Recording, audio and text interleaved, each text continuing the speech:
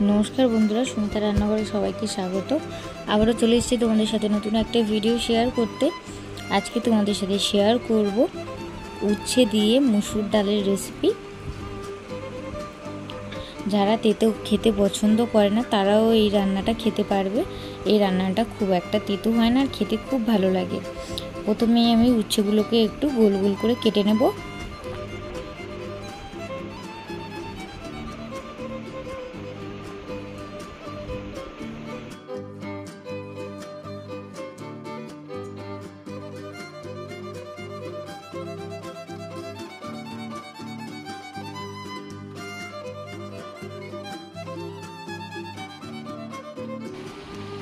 উচ্ছেগুলো আমি সব কেটে নিয়েছি। এবার উচ্ছের ভিতরে থাকা দানাগুলোকে আমি বের করে নেব।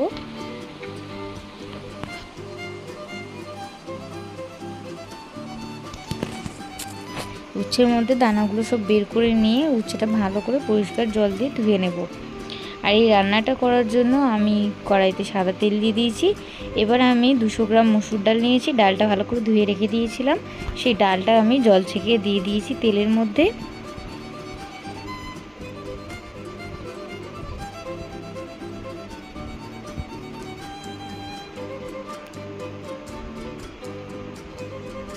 এবার ডালটা একটু তেলের সাথে 1-2 মিনিট একটু ভাজা ভাজা করে নেব।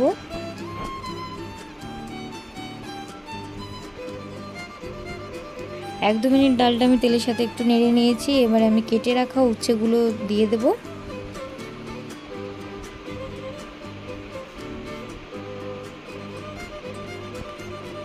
আর দেব বেশ কয়েকটা টমেটো কুচি, পেঁয়াজ কুচি, আর দেব চেরা কাঁচা লঙ্কা, আর কিছু গুঁড়ো মশলাও এখানে দিয়ে দেবো একসঙ্গে। পরিমাণ মতো লবণ, হলুদ গুঁড়ো, লঙ্কা গুঁড়ো। এবার সবকিছু বেশ ভালো করে একটু মিশিয়ে নেব।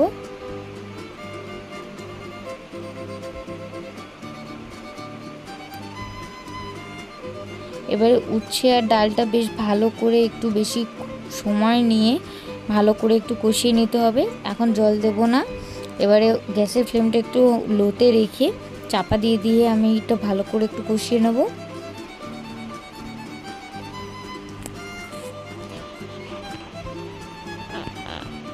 এবার আমি এতে দিয়ে দিচ্ছি 1 থেকে 2 চামচ আদা রসুনের পেস্ট। এবার সবকিছু আবারও ভালো করে একটু কষাবো।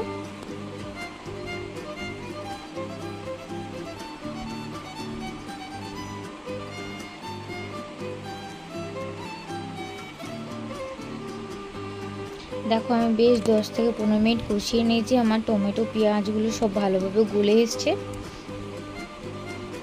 আর উচ্ছেটাও 80% মতো সিদ্ধ হয়ে গেছে। ডালটাও ভালোভাবে সিদ্ধ হয়ে এসছে। এবারে অল্প করে জল দিয়ে দেব। আর এই রান্নাটা একদম শুকনো শুকনো হবে, তাই একদম অল্প জল দেব। আর এই রান্নাটা কষাতে কষাতেই 80%-এর উপর আমার সিদ্ধ হয়ে গেছে।